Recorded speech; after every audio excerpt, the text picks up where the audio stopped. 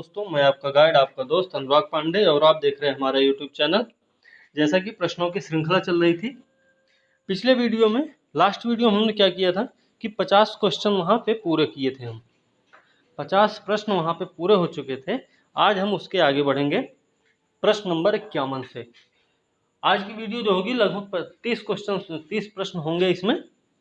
तो आइए शुरू करते हैं आज का वीडियो, जो कि यूपीएससी और स्टेट पीएससी के लिए इम्पोर्टेंट होगा। साथ में इसमें पॉलिटी के भी क्वेश्चंस हैं जो अन्य परीक्षाओं में भी पूछे जाते हैं, जैसे अनुच्छेद के बारे में, फिर उनमें कुछ प्रावधान है संविधान के, तो उनके बारे में सभी एग्जाम्स में पूछे जाते हैं, इसलिए उनके लिए भी थोड़ा बहुत इम्पोर्टेंट है। तो चलिए शुरू करते हैं आज का वीडियो। तो पहला प्रश्न है, आज का पहला प्रश्न और इस सीरीज का 51वां प्रश्न। ठीक है, चलिए देखते हैं क्या है कि संशोधित जो एफडीआई नीति है उसके संबंध में बताना है कौन सा कथन सही नहीं है। ठीक है, तो अब क्या है, संशोधित एफडीआई नीति के संबंध में बताना है। तो इसमें देखिए, पहला स्टेटमेंट है, चीन और पाकिस्तान जो मूल निवेशकों के सभी प्रस्तावों को क्या किया, केवल गृह मंत्रालय के द्वारा पूर्व अनुमोदन और सुरक्षा मंजूरी प्राप्त करने की आवश्यकता होती है। तो चीन और पाकिस्तान नहीं है, संशोधित एफडीआई नीति की बात हो रही है, जो कि लेकिन स्टेटमेंट में जो बताया जा रहा है वो पहले की नीति बता रहा है, संशोधित एफडीआई की नीति नहीं है। संशोधित एफडीआई की नीति ये है कि जो भारत के साथ जो भी देश सीमा साझा करते हैं उन सब के लिए ये चीज़ है। ठीक है, तो पहला स्टेटमेंट आपका गलत हो जाएगा, क्योंकि ये भारत के साथ सीमा साझा करने वाले देश कौन से हैं, म्यांमार है, चाहे चीन है, पाकिस्तान है, बांग्लादेश है, तो ये सारे देश हैं। ठीक है ना, तो पहला स्टेटमेंट आपका गलत हुआ। दूसरा स्टेटमेंट है कि संशोधित एफडीआई नीति के दायरे में नहीं आने वाले देशों के निवेशक जो होंगे वो क्या करेंगे, एक लेन देन उनका पूरा हो जाए उसके बाद वो अपनी वो क्या करेंगे, आरबीआई को सूचित करेंगे। ठीक है, तो आरबीआई को सूचित करेंगे कब, जब उनके पहला लेन देन उनका एक लेन देन पूरा हो जाए तब। उसके अलावा पूर्व निकासी फॉर्म जो है मंत्रालय की तलाश करने की आवश्यकता इसमें नहीं होगी। तो दूसरा स्टेटमेंट क्या है आपका, सही है, तो इसलिए इसका सही उत्तर क्या हो जाएगा, बी। ठीक है, अब देखते हैं क्यों सही है भाई, पहला गलत क्यों था। पहला गलत इसलिए था क्योंकि संशोधित जो एफडीआई नीति है अधिसूचित किया जाने के बाद चीन के निवेश प्रस्ताव गृह मंत्रालय में से सुरक्षा मंजूरी की प्रतीक्षा कर रहे हैं भाई, ये भी ठीक है। आगे संशोधित जो प्रत्यक्ष विदेशी नीति है उसमें पहले क्या था, सरकार की मंजूरी जिन देशों का हिस्सा भारत के साथ एक देश की सीमा से लग रहा है उनके लिए अनिवार्य बनाता है। मतलब देश के साथ जिन देशों की सीमा लगती है उन देशों के लिए यह अनिवार्य है। ठीक, पहले की एफडीआई नीति क्या थी कि उसमें बांग्लादेश और पाकिस्तान ही थे उस समय, लेकिन इस समय क्या है, वर्तमान में जो संशोधित एफडीआई नीति है उसमें ये कहा गया है कि जो भारत के साथ भूमि सीमा साझा करते हैं, ठीक है, उनको भी अब शामिल किया गया। अब इसमें सीमा साझा करने वाले देश कौन कौन से हैं, पाकिस्तान, अफगानिस्तान, चीन, नेपाल, भूटान, बांग्लादेश और म्यांमार भी है। ठीक है, तो संशोधित एफडीआई नीति के दायरे में नहीं आने वाले देशों के निवेशकों को क्या करना है कि एक लेन देन उनका पूरा हो जाए उसके बाद वो आरबीआई को सूचित कर देंगे। साथ में एक काम ये भी है कि पूर्व निकासी फॉर्म जो होगा वो मंत्रालय को की तलाश करने की आवश्यकता उनको नहीं होगी। ठीक है, तो ये आपका इस तरीके से आपकी व्याख्या हुई आपका प्रश्न की। अगला प्रश्न देखते हैं, इन विट्रो फर्टिलाइजेशन के संबंध में बताना है, निम्नलिखित कथनों पर विचार करना, बताना है कौन सा कथन सही है।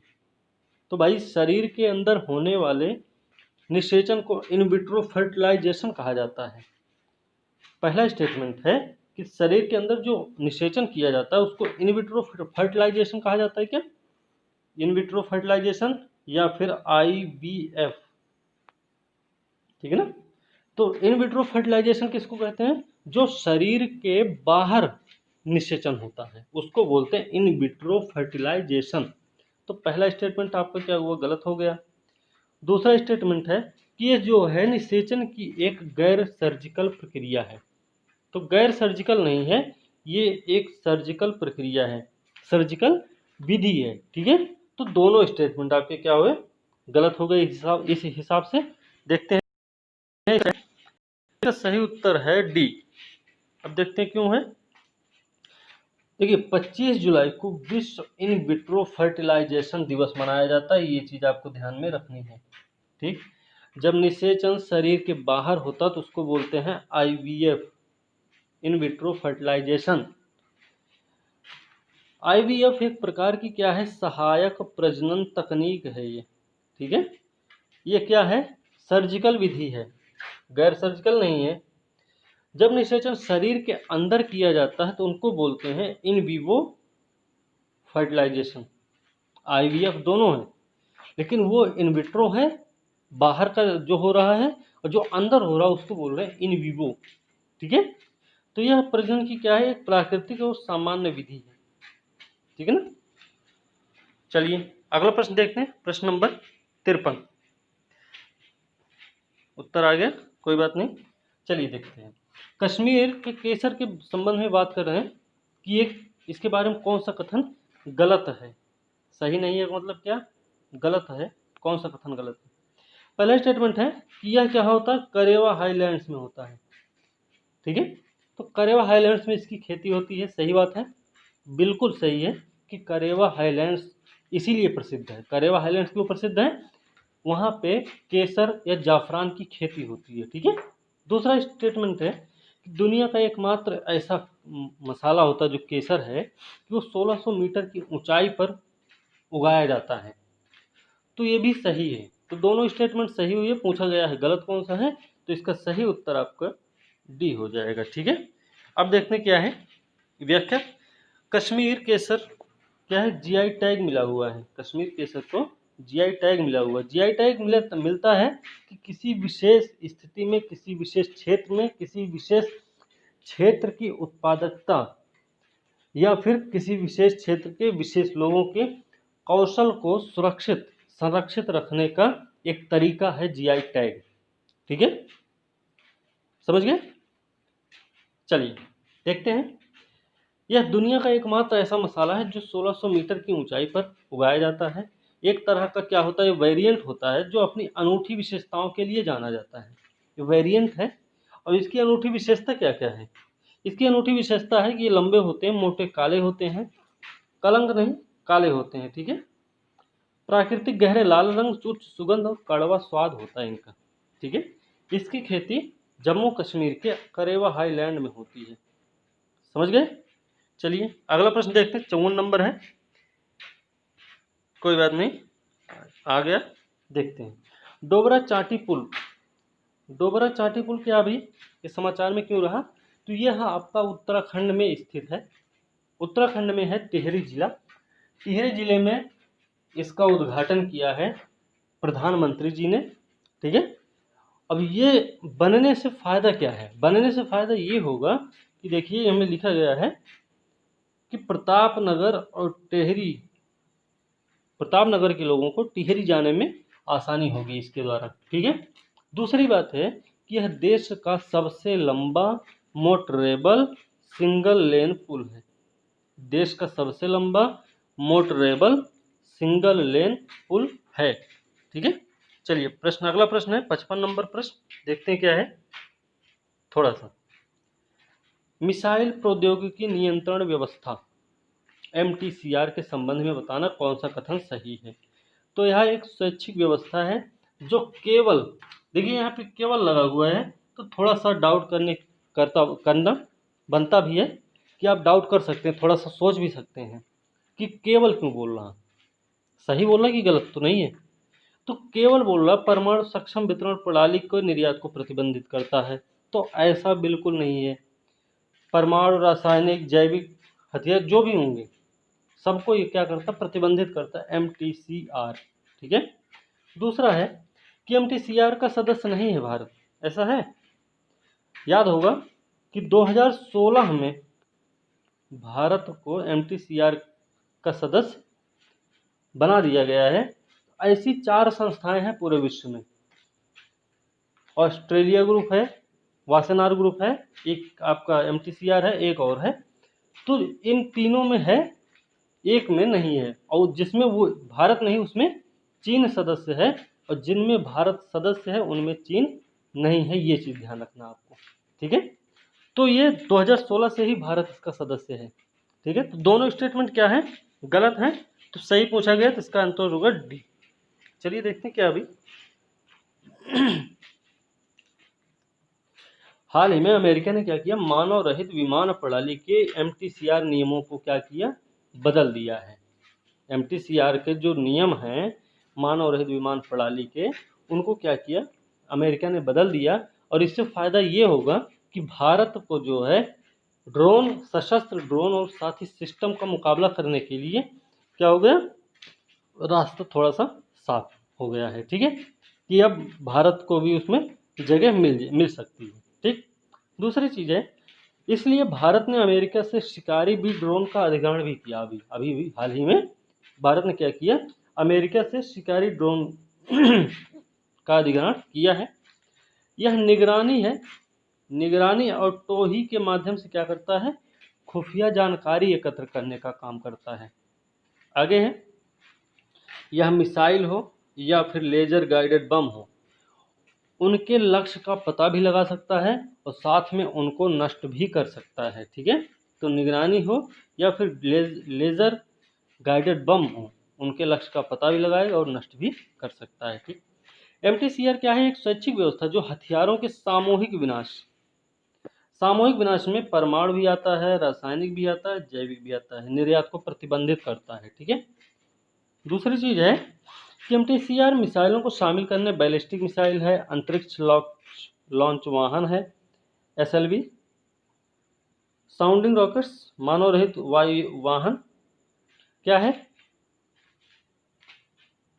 क्रूज मिसाइल, ड्रोन, UAV, दूर से संचालित पायलट वाहन मतलब RPV, रिमोट पायलट व्हीकल्स को शामिल करने पर विचार करता है। कौन, MTCR, ठीक है। भारत आधिकारिक रूप से 2016 में पूर्ण सदस्य के रूप में MTCR में शामिल हुआ है। ये बात हमने आपको पहले ही बता दी, ठीक। भारत अब 4 जो अंतर्राष्ट्रीय संस्थाएं हैं उनमें से 3 में शामिल हो चुका है, ये भी हमने आपको बता दिया। एक में नहीं शामिल है और उसमें भारत नहीं शामिल है जिसका सदस्य चीन है, ठीक है। ये चीज़ आपको ध्यान रखना। चलिए इनके सदस्यों के बारे में थोड़ा सा ध्यान रखना है, हो सकता है कि सुमेलित करने के लिए पूछ ले। वैसे ऐसा प्रश्न नहीं पूछेगा कभी, पूछ सकते हैं या हो सकता है कि पूछ लिया जाए। चलिए देखते हैं अगला प्रश्न क्या है। अब यहाँ से शुरू होता, अभी तक करंट अफेयर्स से प्रश्न थे, प्रश्न नंबर 51 से लेकर 55 तक क्या था, करंट अफेयर्स से संबंधित थे, ठीक। अब शुरू करते हैं पॉलिटी के प्रश्न। पॉलिटी के प्रश्न है क्या है, कि अनुच्छेद 12 है, इसमें जो है राज्य की परिभाषा दी गई है। अनुच्छेद 12 किसके अंतर्गत आ रहा है, आपके मूल अधिकार। मूल अधिकार किसमें है, भाग 3 ये, और अनुच्छेद 12 से 35 तक मूल अधिकार आते हैं, ठीक है। तो अनुच्छेद 12 में परिभाषा राज्य की दी गई, तो उसमें क्या LIC को शामिल किया गया है, सही बात है, शामिल किया गया भाई। दूसरा है, अपने न्यायिक कार्यों का अगर निष्पादन करता है कोई उच्च न्यायालय, तो वो जो है अनुच्छेद 12 के तहत राज्य नहीं माना जा सकता, ऐसा भी प्रावधान है, सही बात है भी। तो दोनों स्टेटमेंट आपके सही हो गए। पूछा क्या गया है कि इनमें से गलत कौन सा है, तो गलत पूछा जा रहा है। जब दोनों सही हैं तो इसका सही उत्तर हो जाएगा डी, ठीक है। बात क्लियर हुई होगी। चलिए देखते हैं इसकी व्याख्या क्या है। इसकी व्याख्या है कि LIC और ONGC जो है राज्य की परिभाषा के तहत आते हैं, ठीक है। अपने न्यायिक कार्यों का निष्पादन करते समय उच्च न्यायालय को अनुच्छेद 12 के तहत राज्य नहीं माना जा सकता है, ठीक है। क्लियर हो गया। चलिए अगला प्रश्न देखते हैं, प्रश्न नंबर 57। अनुच्छेद 14 है कि विदेशियों के लिए भी लागू है, ये सही बात है। अनुच्छेद 15, 16, 19, 29 और 30 ये 5 अनुच्छेद ऐसे हैं जो सिर्फ भारतीय नागरिकों को प्राप्त हैं, बस ये किसी और को नहीं प्राप्त हैं। लेकिन बाकी जितने भी हैं वो सब विदेशियों को भी प्राप्त हैं, ठीक है, तो ये ध्यान रखना। तो 14 इसमें नहीं शामिल है, 14 क्या ही विदेशियों के लिए भी लागू होता, सही बात है। दूसरा है स्टेटमेंट है कि कानून के समक्ष समानता जो होती है वो यह बताती है कि बिना भेदभाव के समान व्यवहार किया जाना चाहिए। तो ये गलत है।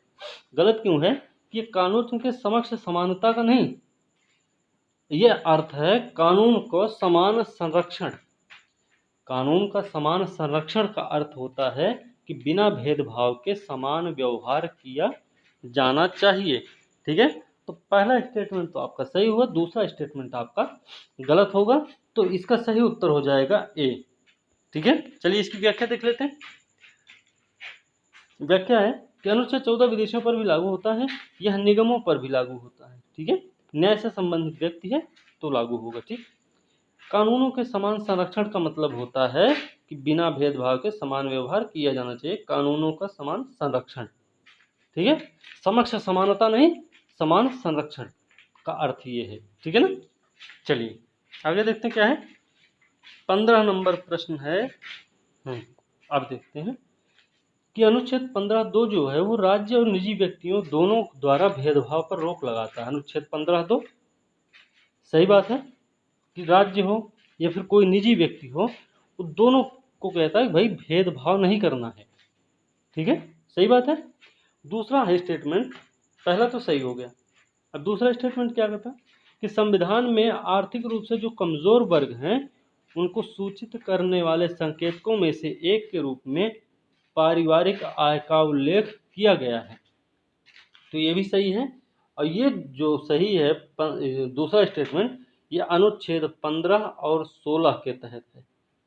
इसमें क्या कहा गया है कि आर्थिक रूप से जो कमजोर व्यक्ति हैं उनको अधिसूचित करने के लिए क्या करना होगा कि राज्यों को दायित्व बनता है कि वो जो हैं उस परिवार को पारिवारिक आय और जो आर्थिक रूप से अन्य संकेतक चीज होती हैं, अन्य संकेतक हैं, उनके आधार पे क्या किया जाएगा, उनको एक ब्यौरा तैयार किया जाना चाहिए। ठीक है, तो ये राज्य का दायित्व है जो कि अनुच्छेद 15 और 16 दोनों को मिला के पढ़ते हैं हम। ठीक है ना, तो दोनों ही स्टेटमेंट क्या है, सही है। तो यहाँ सही पूछा गया है तो आपका सही उत्तर हो जाएगा सी। ठीक है, चलिए आगे देखते हैं क्या है। इसकी व्याख्या देख लेते हैं। व्याख्या है कि 15(2) वही है कि राज्य और निजी व्यक्तियों के द्वारा भेदभाव पर रोक लगाया जाता है। 15 और 16 के प्रयोजनों के लिए क्या है, आर्थिक रूप से कमजोर वर्ग ऐसे होंगे जिन्हें क्या होगा कि समय समय पर परिवार की आय और आर्थिक नुकसान के जो अन्य संकेतक होते हैं उनके आधार पर राज्य द्वारा अधिसूचित किया जा सकता है। किसके तहत, अनुच्छेद 15 और 16 के तहत। चलिए अगला प्रश्न है 59 नंबर प्रश्न है। थोड़ा तेज करते हैं तो ये क्या करता है, उत्तर जो है ऊपर भाग जाता है, इससे नकल करने की भी चांस हो जाते हैं। तो नकल करने का चांस कम ही रहे तो अच्छा रहेगा। ठीक है, क्योंकि आपको अभी थोड़ा सोचने का समय मिलेगा। अगला प्रश्न है, बताना है कथनों पर विचार करके कि इसमें से गलत कौन सा है। ठीक है, सही नहीं बताना है, तो सही नहीं कौन सा सही नहीं है या फिर कौन सा गलत है। तो अनुच्छेद 17 के तहत अधिकार जो है निजी व्यक्तियों के खिलाफ भी उपलब्ध है। सही बात है भाई, निजी व्यक्तियों के खिलाफ भी तो है भेदभाव के विरुद्ध अधिकार, वो चाहे कोई भी हो, चाहे कंपनी हो, चाहे संस्था हो, चाहे कोई एक पर्सनल आदमी होगा। 19 के तहत अधिकार जो होगा निगमों जैसे कानूनी व्यक्तियों के लिए उपलब्ध नहीं है। तो इसका दोनों ही स्टेटमेंट क्या है, सही है। ठीक है, चलिए इसकी व्याख्या देखते हैं। तो इसमें इसका सही उत्तर क्या होगा, क्योंकि दोनों ही स्टेटमेंट सही हैं तो गलत पूछा गया, तो इसलिए इसका सही आंसर होगा डी। सही उत्तर क्या होगा, डी होगा। ठीक है, चलिए इसकी व्याख्या देखते हैं क्या है। इसकी व्याख्या है, सर्वोच्च न्यायालय ने कहा कि अनुच्छेद 17 के तहत अधिकार जो होगा वो निजी व्यक्तियों के खिलाफ भी उपलब्ध होगा। सही बात है, और यह सुनिश्चित करना राज्य का संवैधानिक दायित्व भी है कि यह इस अधिकार का उल्लंघन नहीं होना चाहिए। कौन सा अधिकार, भेदभाव के विरुद्ध अधिकार जो है उसका उल्लंघन नहीं होना चाहिए, यह राज्यों का संवैधानिक दायित्व भी है। ठीक है, दूसरा स्टेटमेंट था कि अनुच्छेद 19 के तहत अधिकार जो होगा केवल राज्य कार्रवाई और निजी व्यक्तियों के खिलाफ संरक्षित है। इसके अलावा यह अधिकार केवल एक कंपनी के नागरिक शेयर धारकों के लिए भी उपलब्ध है। लेकिन विदेशी या कानूनी व्यक्ति जैसे कंपनियों या निगमों आदि के लिए यह नहीं है। हमने बताया था कि 15, 16, 19, 29 और 30 ये 5 अनुच्छेद हैं जो विदेशियों को नहीं, सिर्फ देश के नागरिकों को प्राप्त हैं। चलिए 60 नंबर प्रश्न देखते हैं क्या है। 1 मिनट, हाँ ठीक है। निम्नलिखित कथनों पर विचार करना। भारत पर किसी भी क्षेत्र में निवास करने बसने का जो अधिकार है लोगों के पास, पहला स्टेटमेंट क्या है कि भारत में जो किसी भी क्षेत्र में बसने का, निवास करने का जो भी अधिकार दिया गया है वो इस बात पे प्रतिबंधित किया जा सकता है कि वहां पे अनुसूचित जनजाति के हितों को क्या न पहुंचे, ठेस न पहुंचे। ठीक है, अगर अनुसूचित जनजातियों के हितों का टकराव नहीं होता है तो वहां पे बसने का, निवास करने की स्वतंत्रता है पूरे देश में कहीं भी। ठीक है, तो पहला स्टेटमेंट आपका सही हुआ। दूसरा स्टेटमेंट है कि भारतीय संविधान में निवारक निरोध का प्रावधान जो है वो यूएसए के संविधान से लिया गया है। तो यूएसए के संविधान से क्या, किसी भी देश से नहीं लिया गया है। पहली बात है, निवारक निरोध जो है आपका, जितने भी लोकतांत्रिक देश हैं उन्होंने इस निवारक नजरबंदी को अपने संविधान के अभिन्न अंग के रूप में स्वीकार नहीं किया है किसी ने भी। यहाँ तक कि अमेरिका भी इस चीज से क्या है, अज्ञात है। ये चीज आपको ध्यान में रखना है। ठीक है, तो ये चीज सिर्फ भारत में है बस। ठीक है, चलिए तो पहला स्टेटमेंट आपका सही हुआ, दूसरा गलत हुआ। तो सही पूछ रहा था तो इसका मतलब ए इसका सही आंसर होगा। अब देखते हैं इसकी व्याख्या क्या है।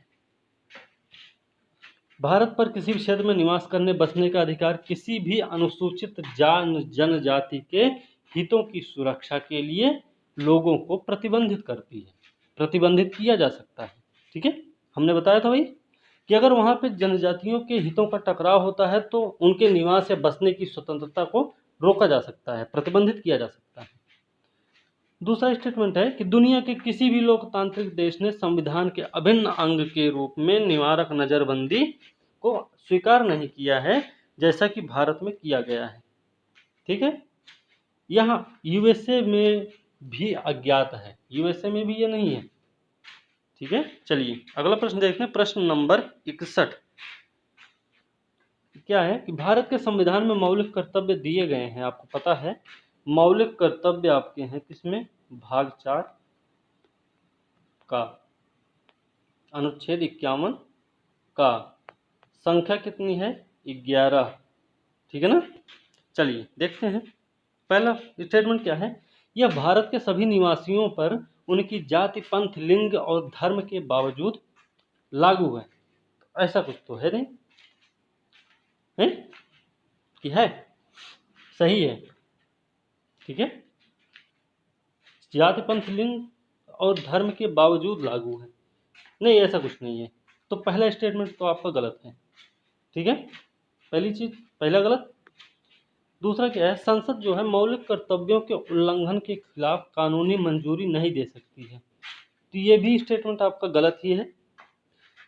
अगर मौलिक कर्तव्यों का उल्लंघन होगा तो संसद उस पर कानूनी मंजूरी दे सकती है। ठीक है, चलिए देखते हैं। इसका सही उत्तर सी होना चाहिए, क्योंकि गलत पूछा गया तो दोनों ही गलत हैं। ठीक है, चलिए सी उत्तर इसका देखते हैं कैसे, कि मौलिक जो अधिकारों में से कुछ के विपरीत जो सभी व्यक्तियों के लिए विस्तारित होते हैं, चाहे नागरिक हो या विदेशी, मौलिक कर्तव्य केवल नागरिकों तक ही सीमित होते हैं। ठीक है, तो ये देखिए पहला स्टेटमेंट था भारत के सभी निवासी, सभी निवासी में कौन कौन आएंगे, सभी निवासी में आपके देश के नागरिक और विदेशी दोनों आएंगे। ठीक है, तो इसलिए पहला स्टेटमेंट गलत हुआ, क्योंकि ये सभी निवासियों के बारे में बोला, इसलिए पहला स्टेटमेंट गलत हुआ।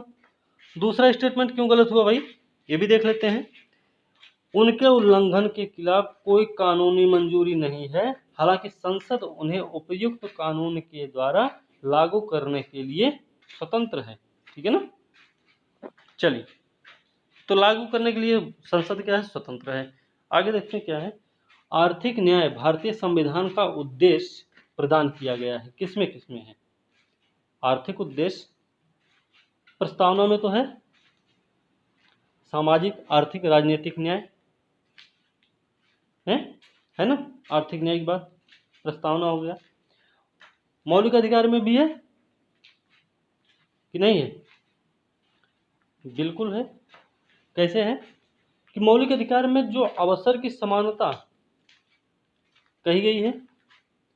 फिर डीपीएसपी मतलब direct principles of state policy, राज्य के नीति निर्देशक तत्व, तो उसमें भी दिया गया है। क्या कहा गया कि समान कार्य के लिए समान वेतन, ऐसा ही कहा गया ना।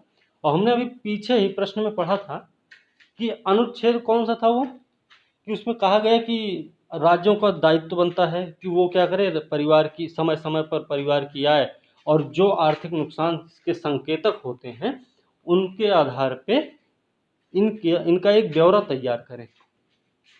ऐसा भी तो था, वो मूल अधिकार के ही तहत था। तो मूल अधिकार में तो है ही है, डीपीएसपी में भी है, साथ में प्रस्तावना में भी दिया गया सामाजिक, आर्थिक, राजनीतिक न्याय की बात की गई है। तो तीनों ही सही हैं। इसका मतलब आपका डी हो जाएगा इसका सही उत्तर। कौन कौन सा? ये राजनीति के निर्देशक सिद्धांत ये इधर है, ये हम गलत हो गया थोड़ा सा, प्रस्तावना अलग है और मौलिक अधिकार अलग है। ठीक है, तो डी इसका सही उत्तर है। तीनों में दिया गया, नहीं दिया गया।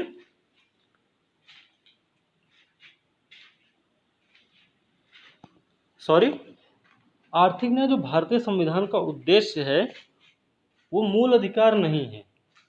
ठीक है, यह आपके प्रस्तावना और राज्य के नीति निर्देशक सिद्धांत में दिया गया है। तो इसका सही उत्तर हो जाएगा बी। ठीक है, चलिए देखते हैं क्या है कि जैसे प्रस्तावना में न्याय के बारे में कहा गया, सामाजिक, आर्थिक, राजनीतिक न्याय की बात की गई है किसमें? प्रस्तावना में। इसी तरीके से डीपीएसपी में कहा गया है, राज्य के नीति निर्देशक तत्व में भी कहा गया है अनुच्छेद 38 के तहत। तो जो न्याय है वो सामाजिक, आर्थिक और राजनीतिक द्वारा अनुमत सामाजिक व्यवस्था को सुरक्षित करके लोगों के कल्याण को बढ़ावा देना और आय, स्थिति, सुविधाओं और अवसर की असमानताओं को कम करना, ये अनुच्छेद 38 में बताया गया है। ठीक है, चलिए प्रश्न नंबर 68 नंबर क्या है प्रश्न, देखते हैं। एक मिनट, हाँ अब सही है। 68 नंबर है कि डॉक्टर भीमराव अंबेडकर, बी.आर. अंबेडकर के अनुसार निम्नलिखित में से कौन भारतीय संविधान की एक उपन्यास विशेषता है? उपन्यास विशेषता मतलब एक विशिष्ट है, कुछ विशिष्टता है उसमें। तो इसके बारे में बताना कौन सा कथन सही है। भीमराव अंबेडकर ने कहा था, तो उन्होंने एक तो कहा है अनुच्छेद 32 को इन्होंने क्या बोला था कि संवैधानिक उपचारों का जो अधिकार है उसको इन्होंने संविधान की आत्मा कहा था। ठीक है, दूसरी चीज, अब मौलिक अधिकार तो है। ठीक है, प्रस्तावना के बारे में भी कुछ कहा इन्होंने, मौलिक कर्तव्य के बारे में नहीं कह सकते ये। क्यों? क्योंकि मौलिक कर्तव्य जो है कब आया है? स्वर्ण सिंह समिति की सिफारिश पर। ठीक है, सरदार स्वर्ण सिंह समिति की सिफारिश हुई थी, इसके तहत मौलिक कर्तव्य को जोड़ा गया। तो चौथा तो बिल्कुल नहीं है, हटा दिए। अब देखिए मौलिक अधिकार 32 है, तो उसके बारे में इन्होंने कुछ स्पेशल ही बोला है। 32 को, अनुच्छेद 32 संवैधानिक उपचारों का अधिकार, तो कहा उन्होंने कि ये संविधान की आत्मा है। प्रस्तावना के बारे में भी कहा होगा इन्होंने। ठीक है, तो पहला और दूसरा हमारे हिसाब से, पहला और दूसरा सही होना चाहिए। इसका उत्तर हमारे हिसाब से बी होना चाहिए। ठीक है, चलिए इसकी व्याख्या देख लेते क्या है बहरा, बिना समय गंवाए। सिर्फ तीसरे के बारे में इन्होंने एक उपन्यास विशेषता बताई थी इन्होंने, सिर्फ राज्य के नीति निर्देशक सिद्धांत को। चलिए व्याख्या देखते हैं क्या है भाई। Doctor B R. अंबेडकर के अनुसार राजनीति के निर्देशक सिद्धांत भारतीय संविधान की एक उपन्यास विशेषता है। ठीक है, इसमें तीन सिद्धांत हैं। कौन कौन से हैं? डीपीएसपी में 3 सिद्धांत दिए गए हैं। एक तो गांधीवादी विचार है, दूसरा मार्क्सवादी है, मार्क्सवादी, और तीसरा है उदार बौद्धिक,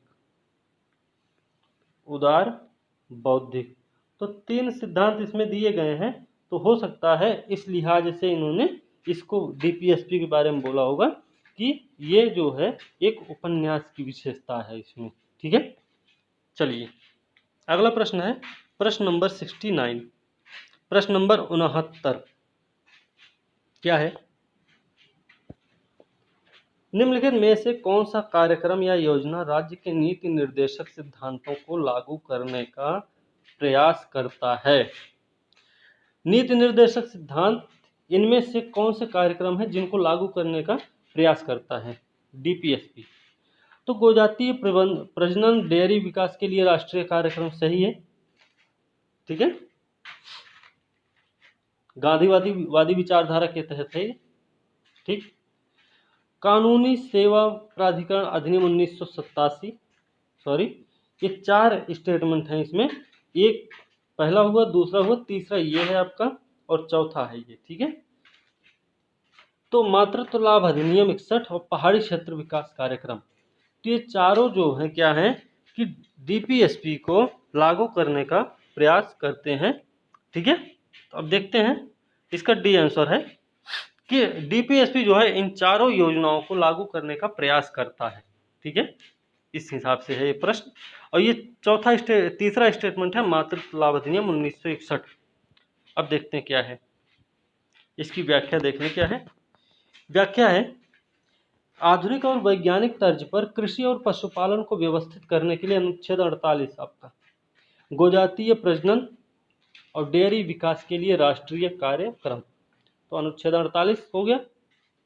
समान न्याय को बढ़ावा देने गरीबों को मुफ्त कानूनी सहायता 39 का, समान न्याय निःशुल्क विधिक सहायता 39 का में है ना, ये भी ध्यान रखना।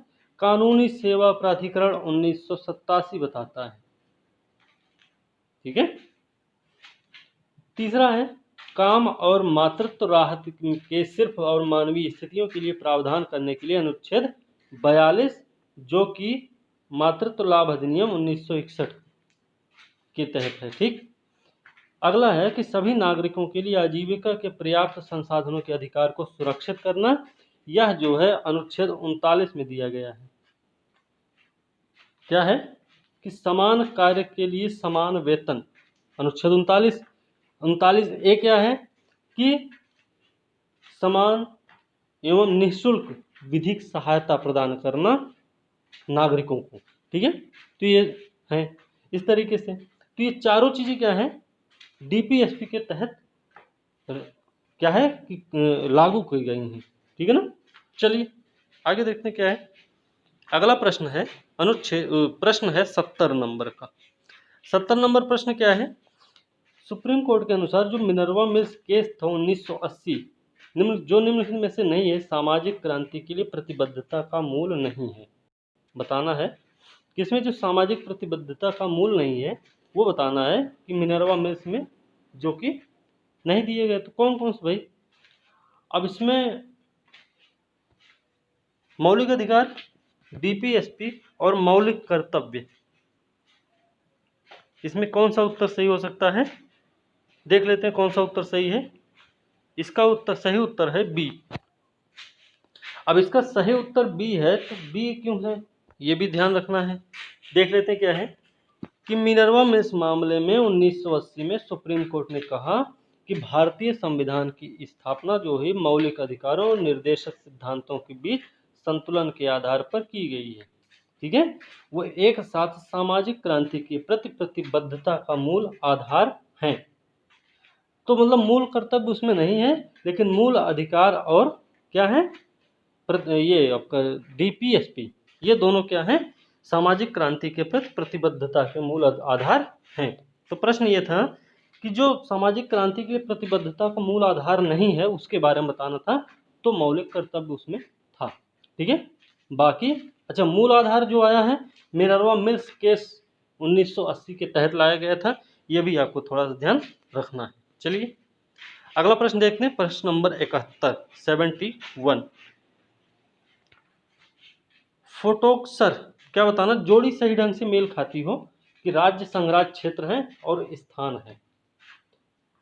अब देखिए, फोटोक्सर है, रूपकुंड है, ब्रह्मताल है, तो इसमें बताना सही कौन सा है। सही मेल के बारे में अगर बात करें तो फोटोक्सर आपका लद्दाख में पड़ता है, सही बात है। फोटोक्सर आपका कहाँ है, लद्दाख है। रूपकुंड, रूपकुंड के बारे में सुने होंगे, ठीक है। तो रूपकुंड के बारे में थोड़ा सा कंफ्यूजन हमें भी है। अगला है ब्रह्मताल, तो सिर्फ एक तो सही नहीं हो सकता, या फिर सिर्फ दो सही नहीं हो सकता, ठीक, और या फिर सिर्फ तीन भी सही नहीं हो सकता। तो फोटोक्सर आपका सही है, कंफर्म है 100%, ठीक है। रूपकुंड हिमाचल प्रदेश में है या उत्तराखंड में है? रूपकुंड कहाँ है? ये हिमाचल प्रदेश में है, और ब्रह्मताल आपका उत्तराखंड। तो इसका जो है तीनों जो है सही। अच्छा, रूपकुंड, रूपकुंड और नौकुचिया ताल है ना, ऐसा कुछ। तो ये उत्तराखंड में पड़ता है, हिमाचल प्रदेश में नहीं है। ब्रह्मताल आपका उत्तराखंड में है, ठीक है। चलिए देखते हैं क्या है। हाँ, फोटोक्सर लद्दाख में है, रूपकुंड आपका उत्तराखंड में पड़ता है, ब्रह्मताल भी आपका उत्तराखंड में ही स्थित है, ठीक है। अगला प्रश्न है 72 नंबर। क्या है प्रश्न? प्रश्न है,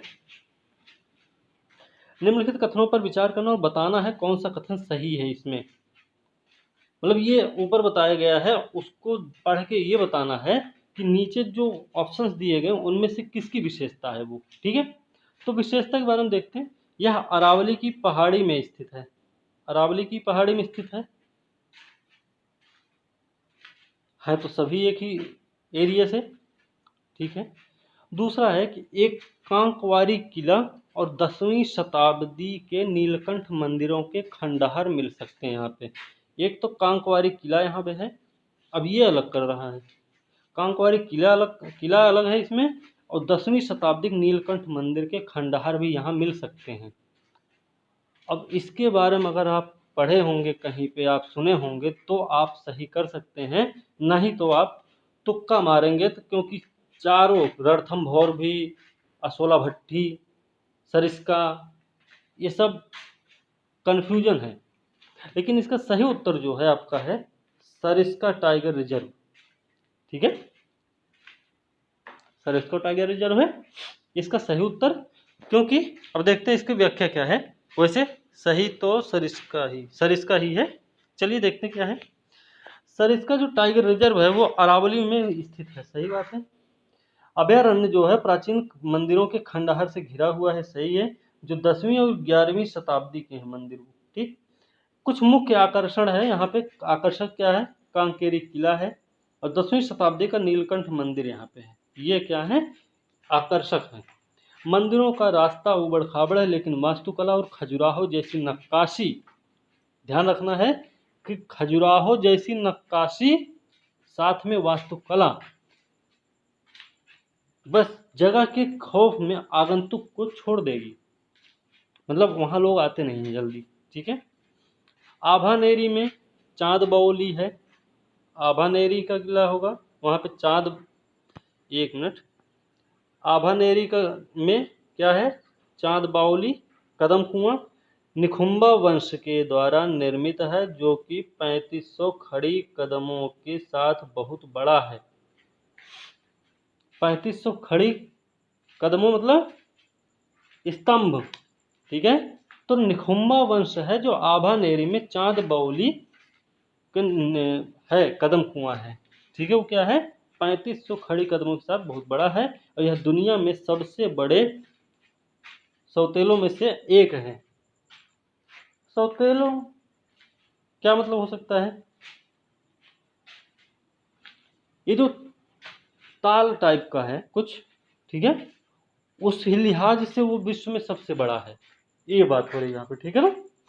चलिए आगे देखते हैं।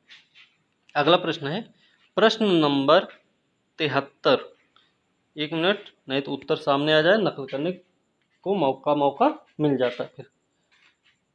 निम्नलिखित कथनों पर विचार करना है। यह केरल, अब देखो बताना ऊपर, पढ़ना है और नीचे बताना किसके बारे में कहा गया है। ठीक है, तो देखते हैं, यह केरल की सबसे लंबी नदी है। केरल की सबसे लंबी नदी भाई क्या हो सकती है? पेरियार तो है ही है वहाँ पे। पंपा का नाम सुना कभी? काबिनी, पंपा, ये सब। चलिए कोई बात नहीं, पहला स्टेटमेंट। दूसरा है, इसे प्राचीन लिपियों और दस्तावेजों में परेरा भी कहा जाता था। परेरा, पेरियार, परेरा, पेरियार, ऐसा कुछ पता नहीं। चलिए, यह एक पश्चिम की ओर बहने वाली नदी है। अब बताइए, पश्चिम की ओर बह रही है, ये भी एक आफत। चलिए, बहरहाल यह जो केरल की सबसे लंबी नदी है, परेरा कहा जाता था, और पश्चिम की ओर बह रही है, ये आपकी है नीला नदी। ठीक है, ये नीला नदी का के बारे में बात चल रही है ऊपर, तो ये स्टेटमेंट बी के बारे में सही है। जो स्टेटमेंट ऊपर बताए गए हैं 3, वो बी वाले ऑप्शन में सही फिट बैठेगा। चलिए बहरहाल देख लेते हैं सही उत्तर क्या है। वैसे इसका नीला नदी है। ठीक है, नीला नदी है इसका। अब देखते हैं क्या है। भरतपुझा, नीला नदी को भरतपुझा भी कहा जाता है, ये भी ध्यान रखना है। क्या कहा जाता है? नीला नदी को भरतपुझा, भरतपुझा को नीला नदी। और भरतपुझा का मतलब होता है भ्राता की नदी। किसकी नदी? भ्राता की नदी। केरल राज्य में भारत की एक नदी है, ये 209 किलोमीटर लंबी है। केरल की सबसे लंबी नदी भी है। भरतपुझा की कुल लंबाई है 250 किलोमीटर। तो 209 केरल में बह रही है, तो 41 किलोमीटर जो ये बहती है वो कहाँ जा रही है? तमिलनाडु में। ठीक है, जहाँ से इसकी उत्पत्ति हो रही है, तमिलनाडु से इसकी उत्पत्ति होती, लेकिन केरल में सबसे लंबी है ये। चलिए कोई बात नहीं। नीला ने केरल के दक्षिण मालाबार भाग की संस्कृति, अब देखिए यहाँ पे है केरल, नीला ने केरल के दक्षिण मालाबार भाग की संस्कृति और जीवन को तैयार किया है गया है। इसे प्राचीन लिपियों दस्तावेजों में क्या कहा जाता है? परेरा। ठीक है, तो स्टेटमेंट को ध्यान रखना है किसके बारे में कहा गया, तो नीला नदी। नीला नदी का भरतपुझा भी कहते हैं, भरतपुझा को भ्राता की नदी भी कहा जाता है। ये चीज भी आपको ध्यान में रखना है। चलिए अगला प्रश्न देखते हैं, 72 नंबर, 74 नंबर प्रश्न आगे। तो ये कितना था? 73 नंबर प्रश्न था, 74 नंबर प्रश्न। चलिए कोई बात नहीं, अरे आ गए, चलिए कोई दिक्कत नहीं। साइलेंट वैली गार्ज, साइलेंट वैली गार्ज किस राज्य से संबंधित है? एक तो साइलेंट वैली है शांत घाटी। शांत घाटी कहाँ? दक्षिण में है। तो ये शांत वैली, शांत घाटी गार्ज है ये, वो शांत घाटी नहीं है, शांत घाटी गार्ज है। तो ये जो है उड़ीसा में पड़ता है। ठीक है ना। आप ऐसे नहीं तुक्का मारना कि साइलेंट वैली तो दक्षिण में है, तो हो सकता है कर्नाटक या तमिलनाडु में हो सकता है, ऐसे नहीं, उड़ीसा में है, ये आपको पता होना चाहिए। चलिए देखते हैं क्या है। भुवनेश्वर से 300 किलोमीटर दक्षिण में मंदसारू एक जगह है। यहाँ पे कंधमाल जिला है उड़ीसा में। एक अद्वितीय कंठस्थ तंत्र है, इसे कहते हैं साइलेंट वैली गार्ज। ठीक है, इसके अलावा याद ये रखना है कि साइलेंट वैली नेशनल पार्क भी है, जो कि कहाँ पे है? ये आपके लिए प्रश्न है कि साइलेंट वैली नेशनल पार्क कहाँ है। चलिए इसको बताना है। एक कंधमाल हल्दी को जीआई टैग मिला हुआ है, आपको पता होगा, कंधमाल जिले से भी याद है, इसको जीआई टैग मिला हुआ है। ठीक है ना। तो जीआई टैग जो मिला कंधमाल हल्दी को, ये उड़ीसा से ही है, ये भी ध्यान रखना आपको। बहुत सारी चीज़ों को इस बार जीआई टैग मिला हुआ है, तो उन चीज़ों को थोड़ा ध्यान रखना है।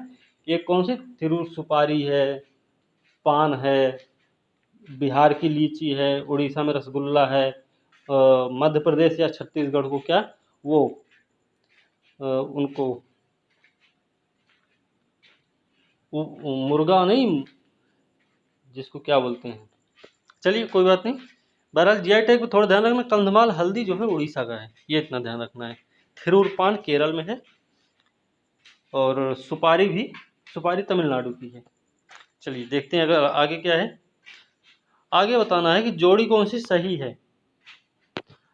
अब इस जोड़ी के बारे में देखते हैं क्या है।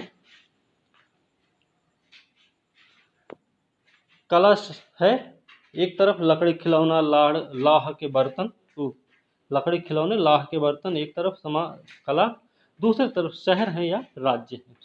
ठीक है, अब लकड़ी खिलौने और लाह के बर्तन जो है वो आपको कहाँ से संबंधित है? चन्नपटना कर्नाटक। चन्नपटना कहाँ पे है? कर्नाटक में है। ठीक है, रोजवुड जड़ना शिल्प मैसूर कर्नाटक नहीं है कि है? सही है। नक्शकांत औरंगाबाद महाराष्ट्र नहीं है। ठीक है, अब देखते हैं क्यों भाई, कहाँ से है ये देख लेते हैं, क्योंकि समय ज़्यादा नहीं है और समय गंवाना ठीक भी नहीं है अपने लिए। ठीक, चलिए देखते हैं। लकड़ी खिलौने और लाह के जो बर्तन है वो चन्नपटना कर्नाटका में है। रोजवुड जड़ना जो शिल्प है वो मैसूर कर्नाटक में है। नक्शकांत जो है आपका कहाँ पे है? पश्चिम बंगाल में है। ठीक है, चलिए अगला प्रश्न है 76 नंबर प्रश्न है। 1 मिनट, ये हाँ सही है।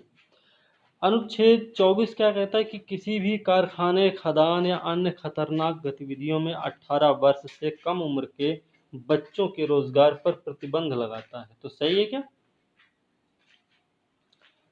अनुच्छेद 23 है, दुर्व्यवहार बलात्श्रम ऐसे कुछ करके अनुच्छेद 23 ये सब बताता है। राज्य धार्मिक अभ्यास से जुड़ी किसी भी धर्मनिरपेक्ष गतिविधियों को विनियमित कर सकता है। ठीक है, तो इसमें बताना कौन सा कथन सही नहीं है। तो पहला तो हमें गलत लग रहा है, क्योंकि वो अनुच्छेद 23 है जो कहता है दुर्व्यवहार और बलात्श्रम का निषेध करता है। ठीक है, चलिए देखते हैं। इसका एक पहला स्टेटमेंट गलत है। ठीक है ना? हाँ, अब देखते हैं क्या है। अनुच्छेद 24 किसी भी कारखाने, खदान या अन्य खतरनाक गतिविधियों में 14 वर्ष, अच्छा ठीक है 24 ही है, लेकिन वो 18 नहीं 14 साल है, वर्ष से कम उम्र के बच्चों के रोजगार पर प्रतिबंध लगाता है, इसलिए पहला कथन गलत हो गया। दूसरा है कि 25(2) के अनुसार राज्य धार्मिक अभ्यास से जुड़े किसी भी धर्मनिरपेक्ष को विनियमित कर सकता है, इसलिए दूसरा स्टेटमेंट क्या है आपका? सही हो गया। ठीक है, चलिए प्रश्न नंबर 77 नंबर प्रश्न देखते हैं। क्या है कि इसमें बताना कौन सा कथन सही है। राज्य कोष से सहायता प्राप्त करने वाले किसी भी शैक्षणिक संस्थान में कोई भी धार्मिक निर्देश नहीं दिया जाएगा। सही है? सही है ना? अगर राज्य सहायता दे रहा है तो वहां पे धार्मिक निर्देश, धार्मिक अनुष्ठान नहीं होंगे उसमें। ठीक है, या फिर हो सकते हैं? अल्पसंख्यक वर्गों के लिए है। चलिए देखते हैं, पहला स्टेटमेंट पे कंफ्यूजन है। दूसरा स्टेटमेंट है कि राज्य द्वारा प्रशासित किसी भी शैक्षणिक संस्थान में कोई धार्मिक निर्देश प्रदान नहीं किया जाएगा। किसी भी पे जोर दिया जा रहा है, तो इसलिए इस पे थोड़ा सा डाउट बन रहा है, क्योंकि यह धार्मिक शिक्षा प्रदान करने की आवश्यकता वाले किसी भी ट्रस्ट के तहत स्थापित है। तो देखते हैं, वैसे इसका पहला तो गलत ही था, दोनों ही गलत हैं, क्योंकि दोनों में किसी भी की बात हो रही है, बिल्कुल पूरी तरह से जोर दिया जा रहा है, तो दोनों इसीलिए गलत हैं। ठीक है, कि अब देखते क्या है कि वो अल्पसंख्यक के लिए अगर है तो उसमें सहायता दे सकता है राज्य। ठीक है ना? चलिए देखते हैं क्या है। अगर राज्य के कोष से पूर्णतः बनाए गए किसी भी शैक्षणिक संस्थान में कोई धार्मिक निर्देश नहीं दिया जाएगा। अगर राज्य कोष से पूरी तरह से किसी शैक्षणिक संस्थान को बनाया जाता है तो वहां पे ये काम नहीं होगा। ठीक, राज्य द्वारा मान्यता प्राप्त किसी भी शैक्षणिक संस्थान में भाग लेने वाले या राज्य कोष से सहायता प्राप्त करने वाले किसी भी व्यक्ति को उसकी सहमति के बिना उस संस्था में किसी भी धार्मिक निर्देश या पूजा में शामिल होने की आवश्यकता नहीं होगी। मतलब कोई अगर राज्य किसी शैक्षणिक संस्थान को क्या सहायता दे रहा है तो वहाँ पे जो भी व्यक्ति पढ़ रहा है, जो भी व्यक्ति वहाँ है, उसकी अनुमति के बिना आप जो है उसको धार्मिक निर्देश या पूजा में शामिल नहीं कर सकते। अगर वो चाहे तो जा सकता है, जबरदस्ती नहीं कर सकते आप। ठीक, पहला स्टेटमेंट इसीलिए गलत हुआ। दूसरा स्टेटमेंट है कि अनुच्छेद 28 के तहत कहा गया है कि राज्य के कोष से पूर्णतः बनाए गए किसी भी शैक्षणिक संस्थान में, जब पूरी तरह से राज्य का कोष लग जाए, उसमें कोई धार्मिक निर्देश नहीं दिया जाएगा। हालांकि यह प्रावधान राज्य द्वारा प्रशासित एक शैक्षणिक संस्थान पर लागू नहीं होगा, लेकिन किसी भी बंदोबस्ती या ट्रस्ट के तहत अगर स्थापित किया गया है, इस तरह के संस्थान में धार्मिक शिक्षा के करने की आवश्यकता क्या है, एक मिनट, शिक्षा प्रदान करने की आवश्यकता होगी अगर वो किसी ट्रस्ट के मार्फत है। जैसे क्या दूसरा स्टेटमेंट क्या कहा गया था, क्योंकि यह धार्मिक शिक्षा प्रदान करने की आवश्यकता वाले किसी भी ट्रस्ट के तहत स्थापित, तो ट्रस्ट के तहत अगर स्थापित है तो कर सकता है ऐसा काम, लेकिन राज्य के द्वारा अगर है तो ऐसा नहीं होगा। ठीक, ये चीज आपको ध्यान में रखनी है। चलिए, प्रश्न नंबर है 78, क्या है, किसी भी नागरिक को निवास स्थान के आधार पर राज्य निधियों से सहायता प्राप्त करने वाले किसी भी शैक्षणिक संस्थान में प्रवेश से वंचित नहीं किया जाएगा। किसी भी नागरिक को बात कर रहे हैं, तो नागरिक की ही बात हो रही, निवासी की बात नहीं हो रही, तो ठीक है, सही बात है। दूसरा, एक जनहित में दो या दो से अधिक निगमों के सम्मेलन के लिए क्या हुआ, प्रदान किया गया कोई भी कानून इस आधार पर शून्य नहीं हो सकता है कि वह अनुच्छेद 14 का उल्लंघन करता है। बात तो सही है। तो इसके दोनों दूसरा स्टेटमेंट इसका सही है, पहला इसका गलत है। लेकिन क्यों गलत है, चलिए देखते हैं क्यों गलत है। वंचित नहीं किया जाएगा, निवास स्थान के आधार पर राज्य निधियों से सहायता प्राप्त करने वाले किसी भी शैक्षणिक संस्थान में प्रवेश से वंचित नहीं किया जाएगा। देखते हैं क्यों, पहला कथन क्यों गलत है भाई, दूसरा सही है तो क्यों सही है। किसी भी नागरिक को राज्य के द्वारा अनुरक्षित किसी भी शैक्षणिक संस्थान में प्रवेश से वंचित नहीं किया जाएगा, केवल धर्म, जाति, भाषा या उनमें से किसी के आधार पर राज्य कोष से सहायता प्राप्त नहीं की जाएगी। ठीक है, मतलब समझ गए कि राज्य कोष से अगर ऐसा कुछ है कि अनुरक्षित किसी भी शैक्षणिक संस्थान प्रवेश से अगर वंचित किया जाता है, तो उसमें यह है कि मतलब धर्म, जाति या भाषा के आधार पर या उसके जन्म के आधार पर अगर किसी को शैक्षणिक संस्थान में प्रवेश से वंचित किया जाएगा, तो उसका मतलब है कि वह राज्य कोष से उसको सहायता नहीं प्राप्त होगी। ठीक है, इसलिए पहला स्टेटमेंट गलत हो गया। दूसरा स्टेटमेंट था कि सार्वजनिक हित में दो या अधिक निगमों के सम्मेलन के लिए प्रदान किए गए कोई भी जो कानून होगा, वो इस आधार पर शून्य नहीं माना जा सकता कि वो अनुच्छेद 14 या फिर अनुच्छेद 19 का उल्लंघन करता है। ठीक है, तो अनुच्छेद 14 क्या है, समानता के अधिकार है ना, 14 से 18 तक। तो 14 क्या है, कानून के समक्ष समानता। ठीक है ना, चलिए देखते हैं। अगला प्रश्न है 79 नंबर प्रश्न। 79 नंबर प्रश्न क्या है, इसमें है अनुच्छेद 31A में 9वीं सूची के बारे में उल्लेख किया गया है। सही बात है, 31A में ही 9वीं अनुसूची के बारे में उल्लेख किया गया है। 39G को प्रभावित करने वाला कोई कानून अनुच्छेद 19 के साथ उल्लंघन के आधार पर शून्य नहीं होगा। अब ये तो हमें भी नहीं पता, इसमें बताना सही कथन कौन सा नहीं है। तो देखते हैं, पहला ही सही नहीं है।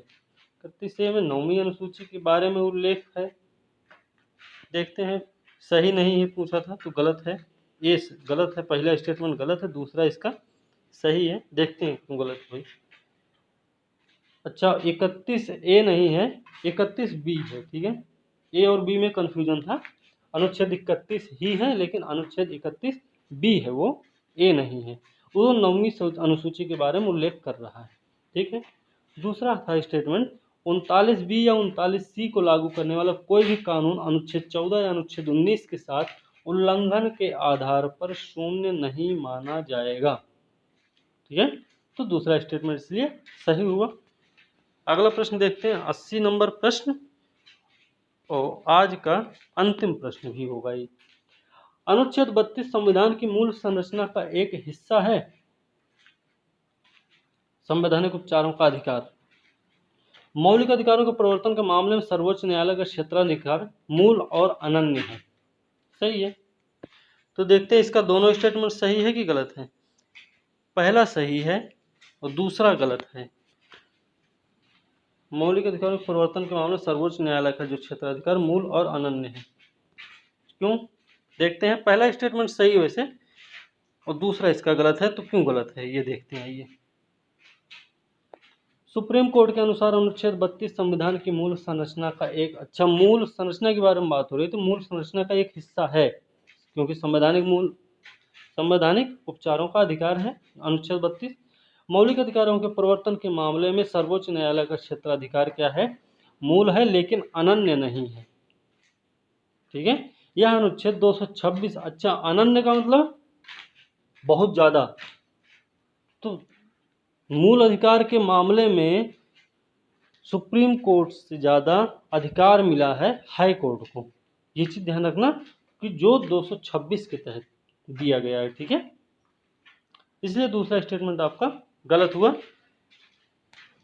चलिए आज का बस वीडियो यहीं तक, इसके आगे अब कल देखेंगे हम। ठीक है, तो आज का वीडियो यहीं पे समाप्त करते हैं। अब अगली वीडियो के साथ हम कल मिलेंगे। तब तक के लिए आप इस वीडियो को देखिए, और वीडियो अगर अच्छी लगी तो आप लाइक कीजिए, लाइक सब्सक्राइब और शेयर कीजिए अपने दोस्तों को, ताकि उनको भी इसकी हेल्प मिले। साथ में बेल आइकन को दबाना ना भूलें। कमेंट भी करें, कमेंट करके आप बताएं कि इसमें क्या गलत है क्या सही है, और हमने जो प्रश्न पूछे हैं उसको बताने की कोशिश जरूर करें। ठीक है, इससे आपका रिवीजन भी होगा और आपको याद भी रहेगा। ठीक है, तो आज बस इतना ही, अब कल मिलते हैं। धन्यवाद दोस्तों।